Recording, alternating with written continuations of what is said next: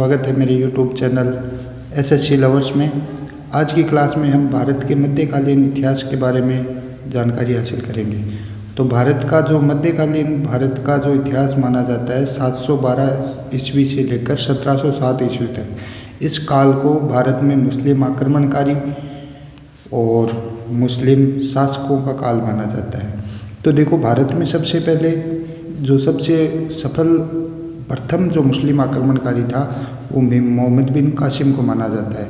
इसने 712 ईस्वी में सिंध प्रांत के राजा दाहिर की हत्या की थी। दाहिर जो था वो ब्राह्मण वंश का राजा था। और इसके लिए दोस्तों आपको मैं बता दूं कि जो पहले जब इसने राजा दाहिर ने क्या किया था, मोहम्मद बिन कासिम के कुछ जहाज़ों को सिंध में लूट लिया था। इसके बाद में मोहम्मद बिन कासिम ने इसके ऊपर आक्रमण किया था। तो जो मोहम्मद बिन कासिम है उसने 712 ईस्वी में सिंध प्रांत के राजा दाहिर की हत्या कर दी थी। और इसी के साथ जो मोहम्मद बिन कासिम जब भारत में आया तो इसने सर्वप्रथम जजिया कर की शुरुआत मोहम्मद बिन कासिम ने ही की थी। और जजिया कर जो कर ऐसा कर था जो हिंदू तीर्थ यात्रियों पर लगाया जाता था। मोहम्मद बिन कासिम ने महिलाओं तथा विकलांगों एवं ब्राह्मणों पर जजिया कर नहीं लगाया था। और ब्राह्मणों पर जजिया कर लगाने का श्रेय जो है वो फिरोज शाह तुगलक को दिया जाता है। फिरोज शाह तुगलक ने सर्वप्रथम ब्राह्मणों पर भी जजिया कर लागू कर दिया था। भारत से जजिया कर की समाप्ति अकबर द्वारा की गई थी पहली बार, लेकिन उसको पुनः औरंगजेब द्वारा लागू कर दिया गया था। जजिया कर पूर्णतः समाप्त मोहम्मद शाह रंगीला ने किया था। और जो मोहम्मद बिन कासिम है उसने कुछ अच्छे काम भी किए थे, जिसमें भारत में सोने के सिक्के सर्वप्रथम मोहम्मद बिन कासिम द्वारा चलाए गए थे।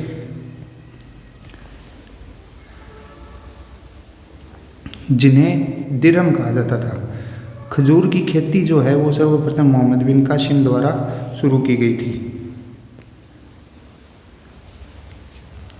और ऊंट पालन की शुरुआत भी मोहम्मद बिन कासिम द्वारा की गई थी। अरबी घोड़े सर्वप्रथम मोहम्मद बिन कासिम भारत में लाया था। मानसून जो है वो अरबी भाषा का शब्द है। सबसे पहले मानचित्रावली अरबों ने बनाई थी। अब इस मोहम्मद बिन कासिम के बाद में तुर्क आक्रमणकारी भारत आते हैं, जो जिनमें पहला तुर्क आक्रमणकारी था मोहम्मद गजनवी। और मोहम्मद गजनवी जो था वो गजनी, जो वर्तमान में अफगानिस्तान में स्थित है, वहाँ का शासक था। मोहम्मद गजनवी जो है वो अल्पतगीन नाम के शासक, जो कि यामिनी वंश का संस्थापक था, उसके दास सुबुतगीन का बेटा था। गजनवी ने पहली बार भारत पर 1000 ईस्वी में पेशावर के राजा जयपाल पर हमला किया था, जिस युद्ध का कोई भी परिणाम नहीं निकला था। 1001 ईस्वी में इसने पुनः आक्रमण किया, जिसमें इसने राजा जयपाल को हरा दिया। जयपाल ने आत्मदाह कर लिया। महमूद गजनवी का जो था उसका मुख्य उद्देश्य सिर्फ और सिर्फ धन लूटना था। महमूद गजनवी को मूर्ति भंजक कहा जाता था। क्यों कहा जाता था? क्योंकि ये जहाँ भी जाता था लूटपाट करके जो मूर्तियाँ वहाँ की होती थी उनको तोड़ देते था। उसके बाद में दोस्तों आया है आपका मोहम्मद गोरी। जो मोहम्मद गोरी है दोस्तों, अब ये मोहम्मद गोरी भी किसका था? गजनी का था। और इसने सर्वप्रथम 1175 ईस्वी में भारत पर आक्रमण किया था। और इसने कुल मिला के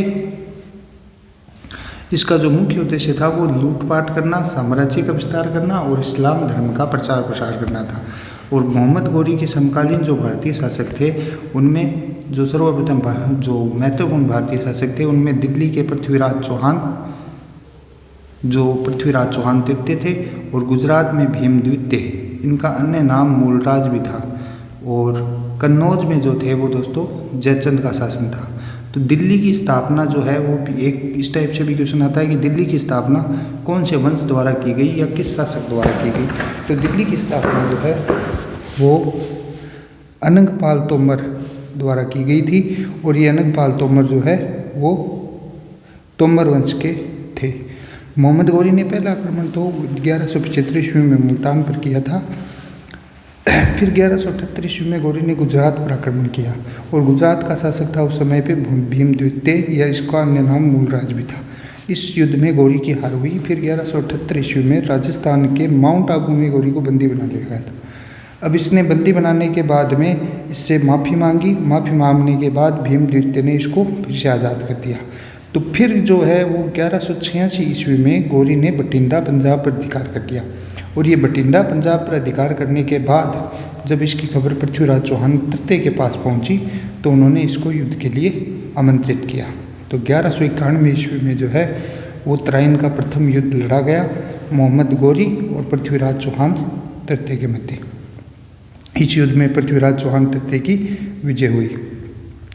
जो तराइन के प्रथम युद्ध में जो राजा जयचंद थे, राजा जयचंद जो उस समय कन्नौज के शासक थे, पृथ्वीराज चौहान का साथ दिया। लेकिन चौहान व जयचंद की पुत्री संयोगता के बीच प्रेम प्रसंग चल रहा था। ये बहुत ही सुप्रसिद्ध कहानी है अपनी कि संयोगिता और पृथ्वीराज चौहान तृतीय की प्रेम कथा। तो इसका आपस में इससे क्या हो गया कि जयचंद और पृथ्वीराज चौहान तृतीय के बीच में आपस में वैर हो गया। और तराइन का जो दूसरा युद्ध हुआ उसमें जयचंद ने मोहम्मद गौरी का साथ दिया। तराइन का दूसरा युद्ध मोहम्मद गौरी वर्सेस चौहान तृतीय 1192 ईस्वी में लड़ा गया। तुरंत मोहम्मद गौरी ने इस पर दोबारा आक्रमण किया। इस बार जो है वो मोहम्मद गौरी की जीत हुई और पृथ्वीराज चौहान के दरबारी कवि चंद्रबरदई ने पृथ्वीराज रासो की रचना की थी। ये भी एक बहुत ही इंपॉर्टेंट क्वेश्चन बनता है कि पृथ्वीराज रासो की रचना किसके द्वारा की गई थी, तो चंद्रबरदई, और जो कि पृथ्वीराज चौहान के दरबारी कवि थे। इस युद्ध में जो तराइन का दूसरा युद्ध था, इसमें राजा जयचंद ने क्या किया था, मोहम्मद गौरी का साथ दिया था। और 1194 ईस्वी में चंदावर का युद्ध हुआ जिसमें मोहम्मद गौरी ने जयचंद पर आक्रमण किया और इस युद्ध में भी गौरी की विजय हुई। इस युद्ध के बाद जो है वह भारतीय पर विदेशियों का शासन शुरू हुआ था। और मोहम्मद गौरी के कुछ गुलाम थे, उनमें से प्रमुख थे कुतुबुद्दीन ऐबक, यल्दौज, क्वाचा और बख्तियार काकी। तो गौरी ने क्या किया कि गौरी ने भारत का शासन जो है वो कुतुबुद्दीन ऐबक को सौंपकर गजनी लौट रहा था।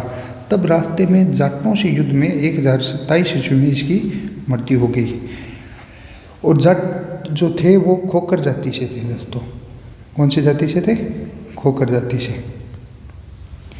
तो जो खोकर जाति के जाट थे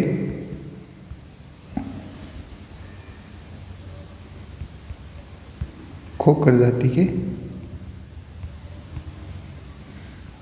के जाट,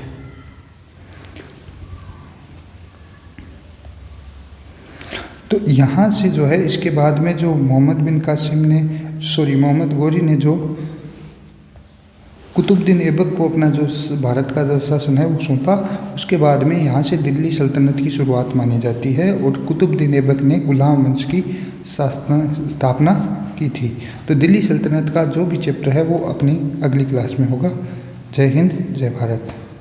और ऐसे ही वीडियो और हैंडमेड नोट्स के लिए आप मेरे चैनल SSC लवर को सब्सक्राइब ज़रूर करें। Thank you.